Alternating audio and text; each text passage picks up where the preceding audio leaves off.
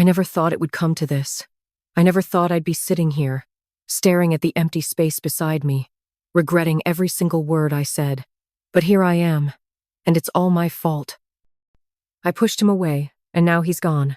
My husband, Nathan, the man who stood by me through everything, the one I thought would never leave, is gone. And I'm left alone, regretting the moment I thought I could test him, take him for granted. It all started so innocently. Nathan came home that night like he always did. Tired but smiling, carrying the weight of the day on his shoulders, but never letting it show. He had a hard job, construction management, stressful, high-pressure projects. But at home, he was always calm, always there for me. I used to admire that about him. I thought I could handle everything else on my own, but I took him for granted. I didn't see it coming, the way everything would fall apart because of one careless comment. That night he walked into the kitchen, looking exhausted, but still managing to smile. I, on the other hand, had spent the day scrolling through social media, binging shows, and ignoring the mountain of laundry piling up in the corner. I hadn't even started dinner. Why bother? I thought, we could just order in. It wasn't a big deal. But when Nathan came in and saw nothing on the stove, nothing prepared, his smile dropped. It wasn't anger that I saw in his eyes. It was something worse, disappointment. He sighed, rubbing the back of his neck. Rachel, you've been home all day. The least you could do is cook something. I didn't expect that. I didn't want to hear it. I was tired too, wasn't I? So I did what I always did. I brushed it off. I snapped back, crossing my arms defensively. Oh, please. You should be grateful that I even picked you over all my other options. For a second, there was silence. His expression froze, his hands still in his pockets. It was like I had said something that hit him deep, deeper than I even realized. His voice was low, almost too calm, when he finally spoke. What? I laughed it off, trying to cover the hurt in my voice. I mean, let's be real. You weren't exactly my first choice, but hey, I settled down, didn't I? The words were out before I could stop them. I knew the second they left my mouth that I had crossed a line. But Nathan, he didn't yell. He didn't shout. He didn't even look angry. He just stared at me with that blank expression. And it was the scariest thing I'd ever seen. He blinked once, then twice before he exhaled sharply. Good to know, he muttered, turning away. I tried to downplay it, laughing it off. Oh, come on, Nathan. Don't be so dramatic. But he wasn't being dramatic. He interrupted me, his voice cutting through the air like a knife. I just finally get it. That should have been my wake-up call.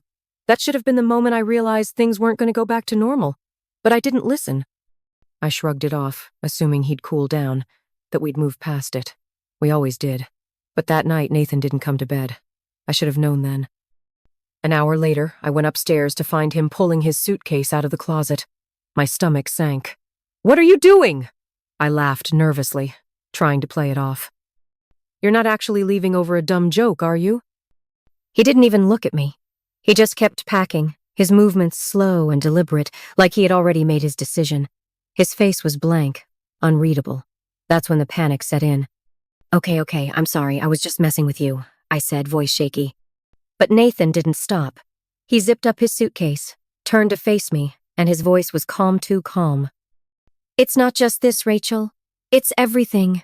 You don't appreciate me. You don't respect me. And now I know how you really feel. My heart dropped into my stomach. I opened my mouth, but nothing came out. I tried to defend myself, tried to say something to make him stay, but my words were empty. That's not fair, I finally blurted out. I do appreciate you. He tilted his head, looking at me like he was seeing me for the first time. Then why do I feel like an afterthought? He asked, his voice barely above a whisper. I had no answer. I couldn't think of anything to say.